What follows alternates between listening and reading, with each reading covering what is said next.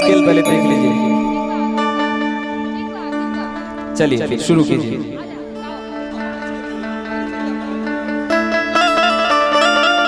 सी लगाइए, सी।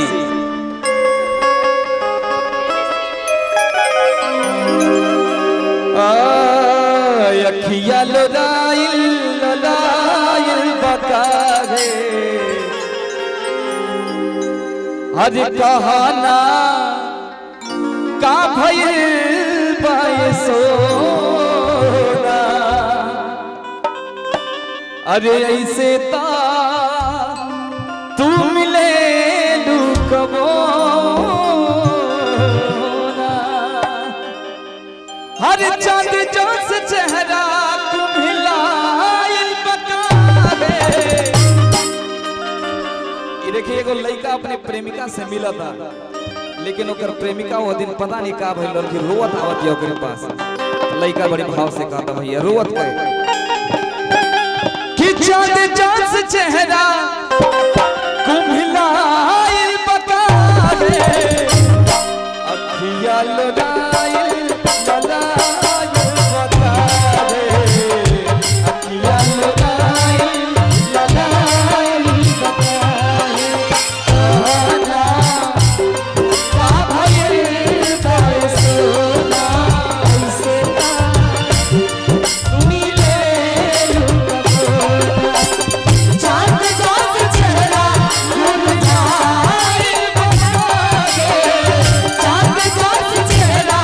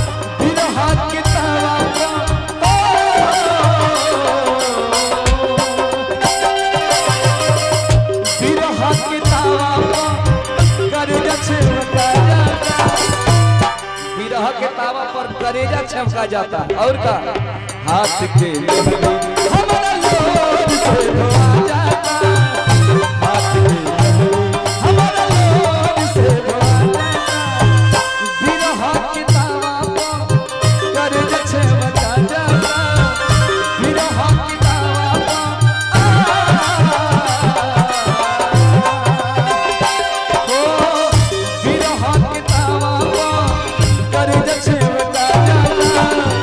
हाथ के मेहंदी हमारा लोर से धोआ जाता, हाथ के मेहंदी हमारा लोर से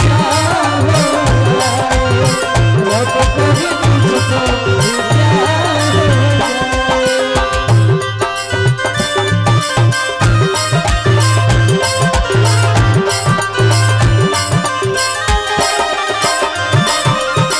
हाथ के मेहंदी हमारा लोर से धोआ जाता। लेकिन मैं भी कहना चाहूंगा, क्या हम जानते हैं,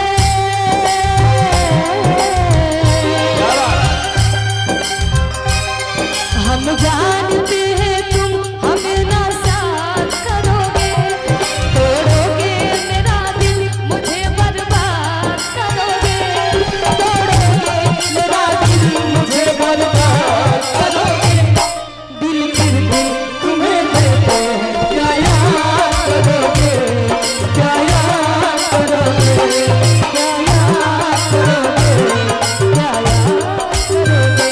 हाँ किसी और से मिलके आ रहे, वो किसी और से मिलके आ रहे हैं, फिर भी हम उनका इंतजार कर रहे हैं, एक बेवफा से हम इतना प्यार कर रहे हैं, एक बेवफा से हम इतना प्यार कर रहे हैं। हाथ पे मेहंदी हमारा लोर से धोआ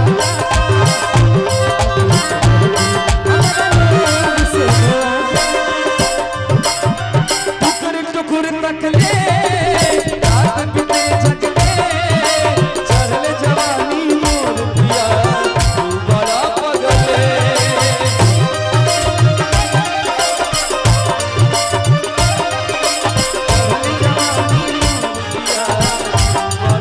अरे टुकुर टुकुर तकले रात बीते जगले, चढ़ल जवानी मोर पिया तू बड़ा पगले, चढ़ल जवानी मोर पिया। ओ बिरह के तावा पर करेजा छमका जाता, बिरह के तावा